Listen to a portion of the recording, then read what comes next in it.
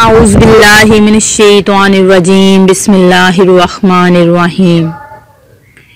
مون وظائف چینل کی جانب سے تمام ناظرین کو السلام علیکم۔ میں اپنا چینل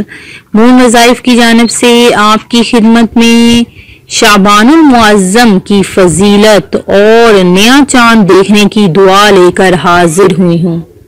سب سے پہلے ہمارا چینل مون وظائف کو سبسکرائب کر لیں اور بیل آئیکن کا بٹن بھی پریس کر لیں تاکہ ہر نئی آنے والی ویڈیو سب سے پہلے آپ تک پہنچ جائے۔ ام المومنین حضرت عائشہ صدیقہ رضی اللہ تعالیٰ عنہما سے روایت ہے کہ رسول اللہ صلی اللہ علیہ وسلم کا دستور نفلی روزوں کے بارے میں یہ تھا کہ آپ صلی اللہ علیہ وسلم کبھی کبھی مسلسل بلا ناغہ روزے رکھنے شروع کرتے، یہاں تک کہ ہمیں خیال ہوتا کہ اب آپ صلی اللہ علیہ وسلم روزے رکھنا ختم نہیں کریں گے، اور کبھی اس کے برعکس ایسا ہوتا کہ آپ صلی اللہ علیہ وسلم روزے نہ رکھتے اور مسلسل بغیر روزے کے دن گزارتے، یہاں تک کہ ہمیں خیال ہوتا کہ اب آپ صلی اللہ علیہ وسلم کبھی روزہ نہیں رکھیں گے۔ پھر حضرت عائشہ صدیقہ رضی اللہ تعالیٰ عنہما فرماتی ہیں کہ میں نے رسول اللہ صلی اللہ علیہ وسلم کو رمضان کے علاوہ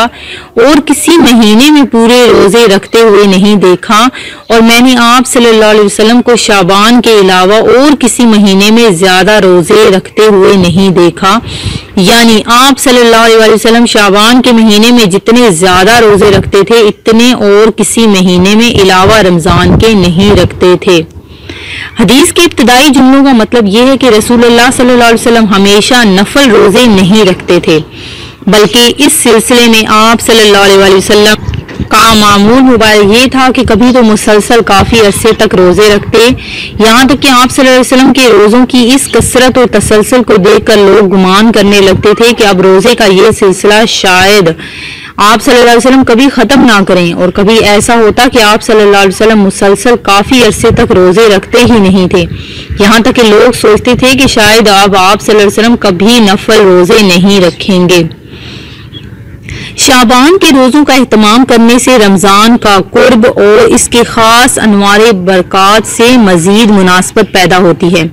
شعبان کے ان روزوں کو رمضان کے روزوں سے وہی نسبت حاصل ہوگی جو فرض نمازوں سے پہلے پڑھی جانے والی سنتوں اور نفلوں کو ہوتی ہے۔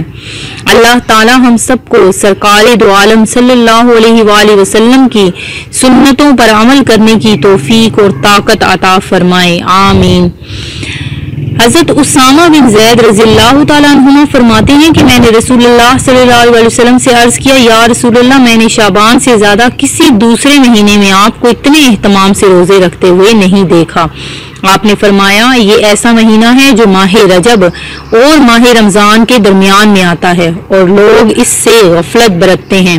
یعنی حالانکہ اس مہینے میں پورے سال کے اعمال اللہ سبحانہ و تعالیٰ کے سامنے پیش کیے جاتے ہیں، اور میں چاہتا ہوں کہ میرے اعمال اس حالت میں پیش کیے جائیں کہ میں روزے سے ہوں۔ شعبان المعظم چونکہ قریب ترین ہے، آپ نے نیا چاند دیکھ کر یہ دعا پڑھنی ہے، کیونکہ نیا چاند دیکھ کر یہ دعا پڑھنا سنت ہے اور اس کی بہت زیادہ برکتیں اور فضیلتیں ہیں، کیونکہ رسول اللہ صلی اللہ علیہ وآلہ وسلم جب ہلال دیکھتے تو یہ دعا پڑھتے تھے۔ آپ نے بھی اسی ترتیب سے پڑھنی ہے اور اسے یاد بھی کر لینا ہے تاکہ ہر نیا چاند دیکھ کر آپ یہ دعا پڑھ لیں۔ اللہم احلہ علینا بالامن والایمان والسلامت والاسلام ربی وربک اللہ۔ ترجمہ اس کا کچھ یوں ہے کہ اے اللہ اسے ہم پر امن و ایمان، سلامتی اور اسلام کے ساتھ طلوع فرما، اے چاند میرا اور تیرا رب اللہ ہے۔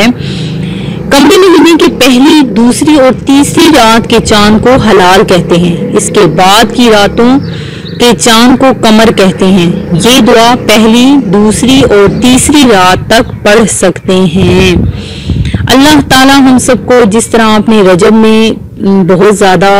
عبادات کی، اسی طرح شعبان المعظم میں زیادہ سے زیادہ عبادات کرنے، روزے رکھنے کی توفیق عطا فرمائے، اور اللہ تبارک و تعالی سے میں دعا کرتی ہوں کہ اس وبائی بیماری سے ہم سب کو نجات عطا فرمائے۔ اپنا خیال رکھیے گا، دعا میں ہمیں بھی یاد رکھیے گا۔ اللہ حافظ۔